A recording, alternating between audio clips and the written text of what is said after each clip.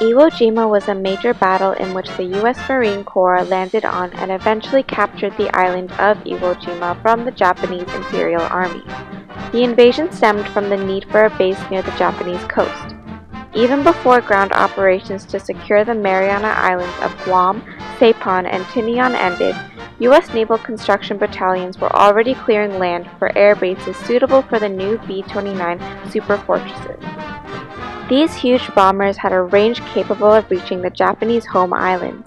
The first B-29 bombing runs began in October of 1944, but there was a problem. Japanese fighters taking off from Iwo Jima were intercepting B-29s as well as attacking the Mariana airfield. The U.S. determined that Iwo Jima must be captured in order to ensure the well-being and effectiveness of their military ideals. Iwo Jima is a volcanic island located 660 miles south of Tokyo, and it is 2 miles wide by 4 miles long. The Central Pacific location makes it evident as to why the U.S. found the invasion of the island to be necessary. Some notable U.S. Navy commanders were Chester W. Nimitz, Raymond A. Spruance, Mark A. Misher, and William H. P. Blandy. The U.S. Marine Corps commanders involved were Holland M. Smith, Harry Schmidt, and Graves Erskine. On the side of the Japanese, the commanders included Tadamichi Kuribayashi and Takeshi Nishi. To the Japanese, Iwo Jima was an early warning station where warnings of incoming American bombers were radioed to the Japanese homeland. The Imperial Japanese Army positions on the island were heavily fortified with a dense network of bunkers, hidden artillery positions, 11 miles of underground tunnels, and 23,000 Army and Navy troops. In fact, the Japanese fought most of this battle from underground bunkers. On the counterpart, it was common for Americans to knock out one pillbox using grenades or a flamethrower, only to experience renewed shooting from it a few minutes later after more Japanese infantry slipped into the pillbox using a tunnel. The Americans outnumbered the Japanese with their tactics and practices, which included 3 Marine divisions after elaborate air and naval bombardment consisting of 6,800 tons of bombs and 22,000 shells.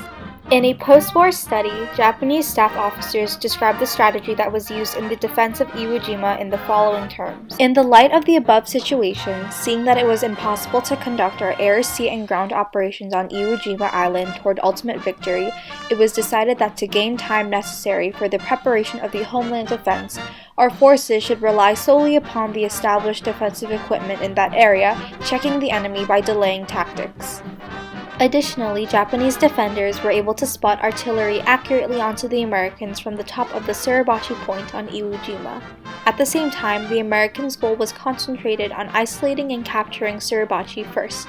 Fortunately, their goal was achieved 4 days into the war on February 23, 1945. All in all, the Battle of Iwo Jima was marked by changes in Japanese defense tactics. Troops no longer defended at the beach line but rather concentrated inland. Consequently, the Marines experienced initial success but then got bogged down in costly attritional warfare. The impossibility of Japanese retreat or reinforcement, as well as sparse food and supplies on the side of Japan, were all circumstances that pointed to an American win. After almost a month of fighting, the Americans reigned victorious, finally declaring the island secured on March 16, 1945. Except for 1,083 prisoners, 2 of whom did not surrender until 1951, the entire Japanese garrison, which consisted of around 23,000 men, was wiped out. American losses included 5,900 dead and 17,400 wounded out of the around 70,000 men total. During World War II, countries were either part of the Allies or the Axis powers based on several factors including the military power the country held, the political system followed, and its location. During the Battle of Iwo Jima, the United States was an Allied power with the greater intention to create a peaceful post-war world and foster democracy worldwide. Japan was an Axis power led by Emperor Hirohito and sought territorial expansion in a new global order. During the battle, the Axis powers advanced in terms of its tactics. Knowing the Americans were to attack due to previous attacks in 1944, the Imperial Japanese Army established an inner line of defenses extending from the Marianas to Japan through the Volcano Islands for the purpose of countering the offensive. Overall, the Allied powers advanced. Despite bloody fighting and a great amount of casualties, this battle claimed the overwhelming American superiority in arms and numbers and complete control of air power. Additionally, the United States wanted to capture Iwo Jima to clear land for their air bases, or B-29 superfortresses, that had a range capable of reaching Japanese home islands. As a result of their victory, they were able to advance in warfare and technology as well. Iwo Jima went on to save countless American lives as an emergency landing strip for Air Force bombers in the Pacific, but any larger role it may have played in an invasion of Japan was made irrelevant after the atomic bomb fell over Hiroshima and Nagasaki in August 1945. The battle's strong legacy is still seen to this day. The raising the flag on Iwo Jima was a photograph taken on February 23, 1945, by Joe Rosenthal during this battle. It depicts 6 United States Marines raising a U.S. flag atop Mount Suribachi. The photograph was first published in Sunday newspapers on February 25, 1945. It was extremely popular and was reprinted in thousands of publications.